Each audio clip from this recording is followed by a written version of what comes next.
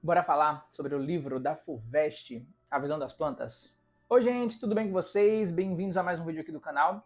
Se você entrou nesse vídeo procurando informações sobre o livro A Visão das Plantas, da Djamila Pereira de Almeida para a FUVEST, fica comigo até o final, que a gente vai conversar um pouquinho sobre um dos melhores livros dessa lista, e um dos mais tristes também.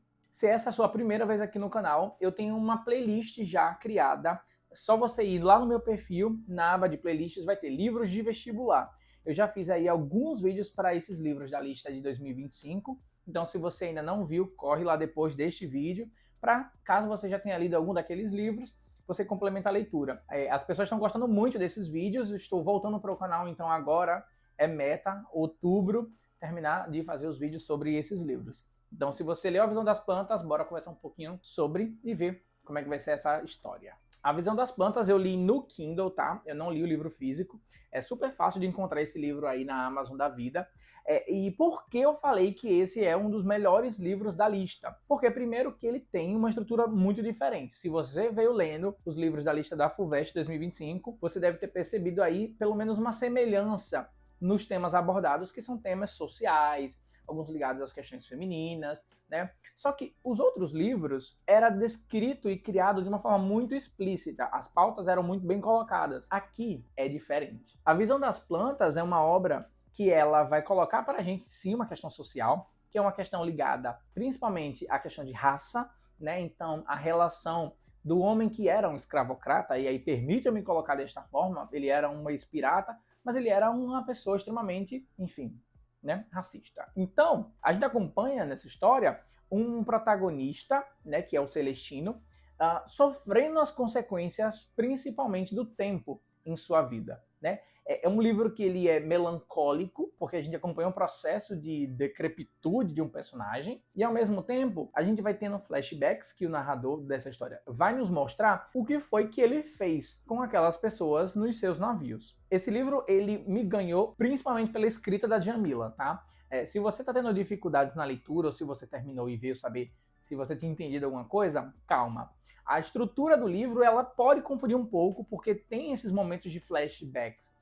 Quando a gente entende que o Celestino ele cometeu todas as atrocidades e ele vai passar a maior parte da história vivendo meio que isolado, numa casa que foi da mãe dele, e meio que ninguém entende o que ele faz, ninguém entende o porquê ele se isola tanto, é que você começa a entender a grandiosidade da escrita e da construção narrativa que A Visão das Plantas tem. Uma das coisas mais interessantes desse livro é a gente observar que essa metáfora, ou pelo menos forma que a autora nos apresenta de observar a vida do Celestino, é através da visão das plantas, né?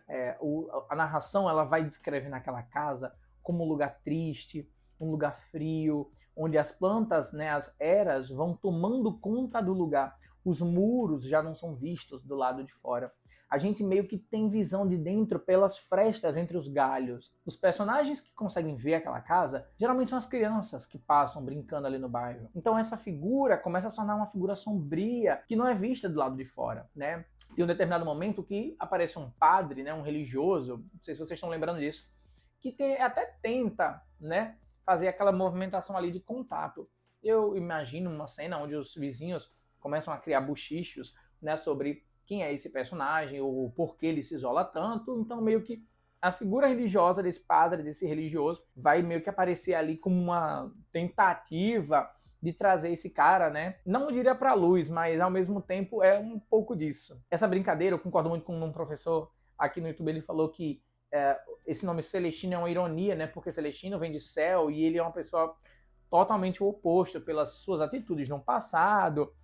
E eu não percebi, o leitor meio que não entende, não percebe, que ele não se arrepende. Então, um típico caso de história que você não consegue sentir empatia por aquele personagem. Você se torna um leitor meio que carrancudo, eu diria. E aí, falando um pouco sobre essa estrutura que vai permear toda a história, né? Então, é uma escrita poética, né? A Djamila, ela vai narrando tudo o que está acontecendo, os sentimentos que a gente mais ou menos entende do personagem, mas o que me ganhou mesmo foi essa estrutura que ela meio que inverte, sabe? Ela coloca o personagem de um lado, o leitor do outro, e os personagens que perambulam no meio da narrativa também não entendem. Então pode ser que o livro seja confuso, mas eu acredito que tenha sido extremamente proposital. E vocês viram que no começo do vídeo eu falei que os outros livros, né, eles trazem uma temática muito mais clara do que A Visão das Plantas.